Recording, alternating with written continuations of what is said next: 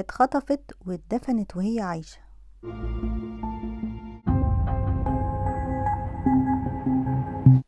باربرا ميكال عندها 20 سنة، وفي سنة 1968 كانت بتدرس في جامعة إيميري في أتلانتا جورجيا، اللي بتبعد 8 ساعات عن بيت أهلها في فلوريدا.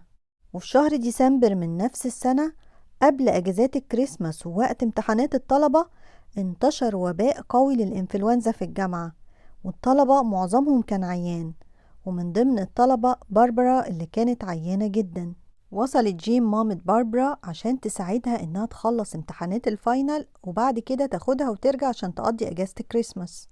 وفي موتيل على بعد 2 ميل من الجامعة حجزت أوضة عشان يقضوا فيها الأيام اللي باقية على الامتحانات. باربرا كانت مبسوطة جدا إن مامتها معاها، وفي الأوضة رقم 137 فضلوا سهرانين يحكوا مع بعض لغاية ما جت الساعة 4 الصبح وخبط حد على باب الأوضة. كانوا مستغربين مين اللي بيخبط عليهم في الوقت ده، وسألوا مين على الباب، ورد عليهم واحد قال لهم إنه ضابط بوليس وإنه جاي لهم بخصوص حادثة عربية فورد بيضة، والشخص اللي كان موجود في العربية اسمه ستيوارت وودورد، وستيوارت يبقى البوي فريند بتاع باربرا، ولسه كان بيزورهم من كام ساعة عشان يسلم على مامتها ويطمن عليها. فتحوا الباب بسرعة وهم مخضوضين، وكانت أكبر غلطة عملوها. اتفاجئوا ان الشخص لابس ضابط بوليس بس هو مش ضابط بوليس. زقهم بسرعة وكان معاه شخص تاني بيهددهم بمسدس، وربطوا ايد ورجل جان وخدروها بمخدر موجود في منديل. بعد دقايق فاقت جان ولقت نفسها مربوطة لوحدها في الأوضة، بنتها مش موجودة ولا الناس اللي تهجموا عليها في الأوضة. حاولت تفك نفسها بسرعة عشان تبلغ البوليس. في الوقت ده باربرا كانت مخطوفة في عربية وماشيين في طريق ضلمة، وسمعت صوت واحدة في العربية وفضلت تترجاها ان هم يسيبوها، وان هي مستعدة تعمل اي حاجة عشانهم، لان مامتها وباباها مش هيتحملوا لو جرالها اي حاجة. قالت لها ما تخافيش، بس اعملي كل اللي هنقولك عليه عشان ترجعي لأهلك سليمة. لكن بعد شوية لقت نفسها في وسط غابة، في مكان متجهز فيه حفرة فيها صندوق، وصندوق فيه شوية أكل ولمبة وبطانية، وفهمت ان هما هيدفنوها جوه الصندوق. دخلوها جوه الصندوق وقالوا لها ان هما هيوصلوا لها انبوبتين يدخلوا لها هواء لفترة بسيطة، ولو ما قدروش اهلها ينقذوها في الفترة دي هي هتموت. واتفاجئت انهم بيغطوا الصندوق وبيرموا عليه تراب وبيردموه، يعني بيدفنوها وهي حية. وفضلت تصرخ لكن مفيش فايدة، محدش هيسمعها في المكان المهجور ده. وبعد شوية سكتت كل الأصوات بعد ما خلصوا وحطوا كل التراب فوق الصندوق ودفنوها. وقدرت مامتها تفك ايديها وبلغت البوليس وبلغت باباها، والدنيا اتقلبت في ساعة واحدة. باربرا تبقى بنت روبرت ماكل، واحد من أغنى الأغنياء. هو وإخواته بيمتلكوا أكبر شركة عقارات ومقاولات في البلد في الوقت ده. روبرت كان معروف إن عيلته كل حياته وإنه متعلق بيهم جدا، وباربرا تبقى بنته الوحيدة اللي ما عندوش غيرها. روبرت كان صديق شخصي للرئيس الأمريكي نفسه في الوقت ده ريتشارد نيكسون، وده خلى مدير ال FBI بيحقق في القضية بنفسه. لكن روبرت كان كل اللي بيتمناه إن يكون حد عايز فلوس يديهاله ويرجعله بنته والموضوع ينتهي على كده، وتحقق اللي بيفكر فيه. وبعد ساعات بس الساعة 9 الصبح جاله تليفون في بيته من شخص بيوصف له مكان معين مدفون فيه رسالة علشانه. المكان ده جنب البيت عنده، وراح ولقى إزازة موجود فيها رسالة. الرسالة كان مكتوب فيها إنه مطلوب منه إنه يحضر 500 ألف دولار، يعني بما يعادل دلوقتي تقريبا 5 مليون دولار. وكانوا طالبين منه بالتفصيل إزاي يحضرهم، يعني كانوا عايزينهم عشرينات، كانوا طالبين تسلسل معين للأرقام وشكل معين للشنطة اللي هيتحط فيها الفلوس. طلبوا منه إنه بمجرد ما يحضر المبلغ اللي تحضيره في الوقت ده كان ممكن ياخد وقت شوية، إنه يحط لهم زي إعلان أو أي حاجة تفهمهم في الجريدة الرسمية إنه حضر المبلغ خلاص. وفهموه إن بنته مدفونة تحت الأرض، وإن هم عاملين لها أنبوبة توصل لها الهوا وحبة أكل، وكل ده هيكفي 7 أيام بس، لو ما قدرش ينقذها قبل ال7 أيام هتموت.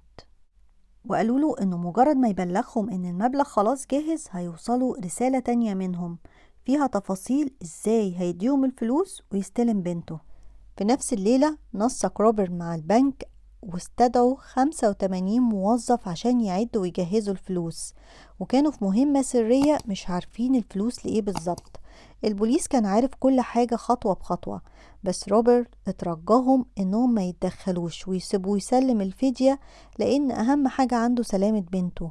وقال لهم انه واثق في كفاءتهم انهم هيقدروا يقبضوا على الخاطفين، بس بعد ما ترجع بنته بالسلامة. وحضر المبلغ، وتاني يوم الصبح كان منزل اعلان في الجريدة الرسمية زي ما طالب منه الخاطف، وكان بيكلم بنته فيه وبيقول لها انه هيدفع كل التكاليف وهيتقابلوا في اي مكان وفي اي وقت، وماضي الاعلان عيلتك. الخاطف كمان كان ملتزم جدا. بمجرد ما نزل الاعلان بعت رسالة روبرز فيها جزء من مجوهرات بنته وصورتها وهي ماسكة يافطة مكتوب عليها مخطوفة، عشان يأكد له ان هي موجودة معاه. وقال له في الرسالة ان هيوصلوا مكالمة علشان يقوله الميعاد اللي هيسلموا فيه الفلوس. المهم المكالمة اللي مستنيها جت يوم 19 ديسمبر بعد يومين من الخطف. اتصلوا بيه وقالوا له يروح على كوبري معين، وفي اخر الكوبري هيلاقي جزيرة اسمها فير ايلاند. في الوقت ده في الستينات ما كانش فيه حواليها اي حد ولا اي عمار. طلبوا منه انه يسيب الشنطة هناك، وراح وساب الشنطة هناك، وبعد ساعتين رجع واطمن ان الشنطة اتاخدت. وقتها انبسط ورجع البيت على امل ان تجيله مكالمة يعرف بيها مكان بنته. المهم انه هو في انتظار المكالمة جاله خبر من البوليس ان حصل صدفة عملت اغرب سوء تفاهم ممكن يحصل في وقت زي ده. اللي حصل ان الخاطفين راحوا فعلا الجزيرة بمركب مسروقة واخدوا الشنطة اللي فيها الفدية، وبعد كده مشوا بالمركب لغاية ما راحوا مرسى خاص في ميامي. واضح ان هما ما كانوش يعرفوا اي حاجة عن المرسى ده ولا انه مرسى خاص. الناس السكان اللي في المرسى لقوا مركب داخلة عاملة دوشة وعاملة ازعاج وكمان غريبة عن المجموعة اللي موجودة، فبلغوا البوليس. البوليس راح على اساس بلاغ الازعاج. لما وصل البوليس الناس اللي كانوا في المركب نزلوا من المركب وكانوا بيركبوا عربية، وبمجرد ما شافوا البوليس وصل سابوا العربية وطلعوا يجروا كل واحد في اتجاه.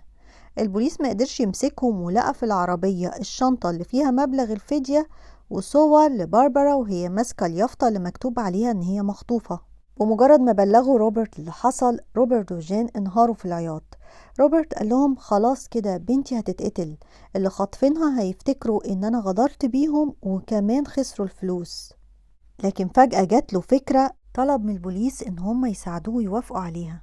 طلب منهم انه ينشر في الجريدة الرسمية كل اللي حصل، ويترجى الخاطف انه يرجع ياخد الفدية تاني، ويضمن له سلامته ان مفيش اي حد هيتعرض له.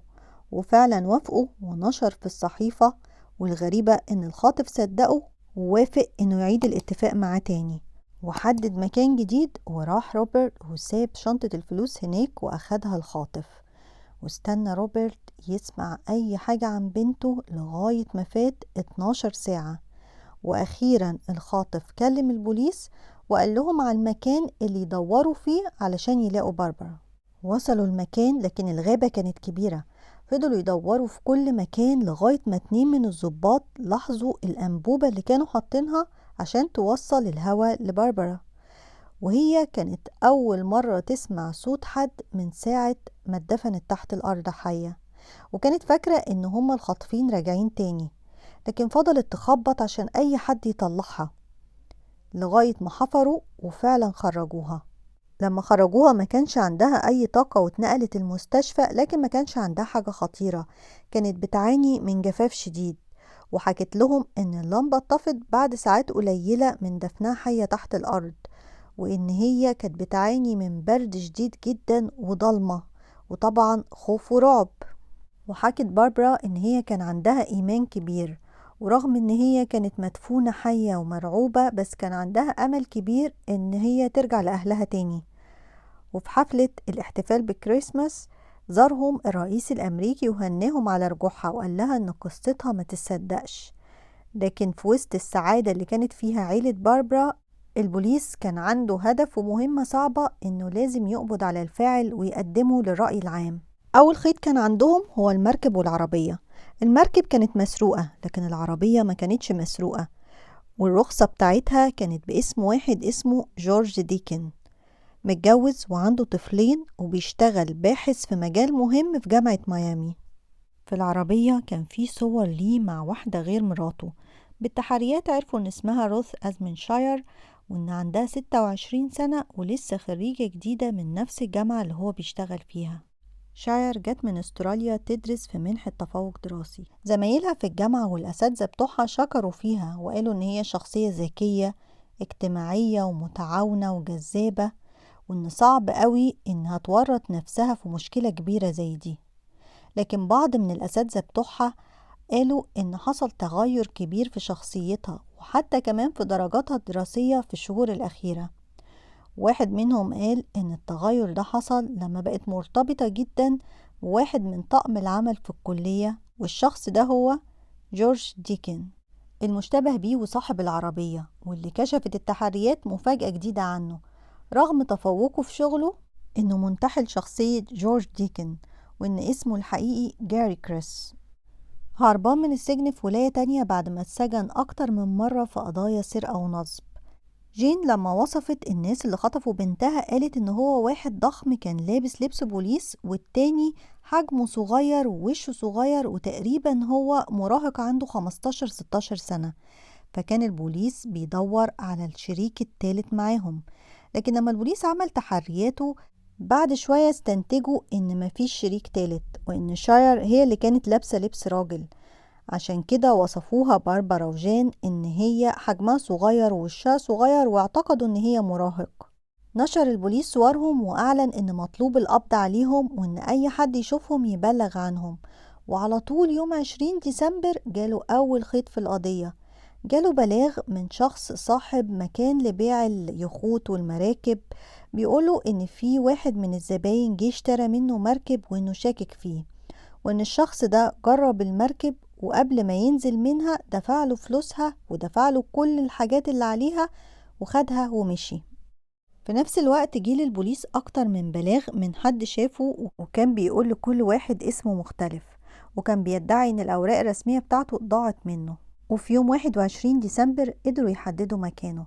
المركب بتاعته وقفت في جزيرة معينة واختفى هناك، والجزيرة كانت معروفة إنها مليانة مخاطر كلها تماسيح وتعابين سامة. وبعد 12 ساعة بيدوروا عليه جوه الجزيرة قدروا يقبضوا عليه أخيرا مستخبي في شجرة، وكانت حالته صعبة جدا. أول كلمة قالها لهم إنه تعبان جدا. البوليس لسه بيدور على شريكته في الجريمة، وأعلنوا رسميا إن مفيش مشتبه بيه تالت وإن هي الشريكة الوحيدة. وفضلت شاير هربانة 3 شهور، قضت معظمهم من غير أكل ولا مكان، قاعدة في الشارع لغاية ما راحت أوكلاهوما وادعت إن هي بنت عندها 18 سنة اسمها دونا، وإن هي جاية عشان تدرس، وسكنت في واحد من بيوت الطالبات هناك، وهناك اتقبض عليها بعد 3 شهور. شاير وقفت في المحاكمة تقول إن هي ندمانة وحاسة بغلطها، وبتطلب منهم إن هم يسامحوها وما يضيعوش مستقبلها لأن عندها مستقبل كويس، وإن هي فعلا ندمانة جدا إنها اشتركت في الخطف والمؤامرة دي، وخدت حكم 7 سنين. أما كريست فكان العكس، كان متكبر جدا، بينكر إنه هو غلطان وبيوصف نفسه بإنه شخص ذكي جدا، وإن هو كان متفوق قوي في شغله اللي ما درسهوش قبل كده، وإن هو شاطر بيعرف إزاي يجيب الفلوس بخطط ذكية. مراته بعد ما اكتشفت خيانته قبل ما تاخد حكم الطلاق شهدت عليه في المحكمة إنه كان دايما بيخطط للخطف، وإنه كان عايز يخطف واحدة من عيلة غنية، وإنه كان بيراقب باربرا لمدة طويلة قبل ما يخطفها. أخد حكم بالسجن مدى الحياة. شاير عملت أعمال تطوعية كتير في السجن، وكانت بتقدم التماسات لغاية ما خرجت بعد 3 سنين، وبعد كده عاشت حياتها بطريقة طبيعية واتجوزت وكونت أسرة. جاري كريست بعد النقد خرج من السجن بعد 10 سنين، وكانوا دايما بيوصفوه إنه فعلا عنده مخ عبقري بس مع إنسان مجنون. وقرر بعدها إنه هيروح الكاريبيان ويدرس الطب هناك عشان يثبت ذكائه للناس كلها. لكن بعد سنين ما خدش شهادة الطب، وفي سنة 2006 اتقبض عليه مرة تانية في المركب بتاعته. المركب كانت مليانة ممنوعات، وناس بيهربهم من المكسيك لأمريكا بأوراق غير رسمية. مش معروف معلومات تانية عنه وإن كان لغاية دلوقتي عايش ولا لأ.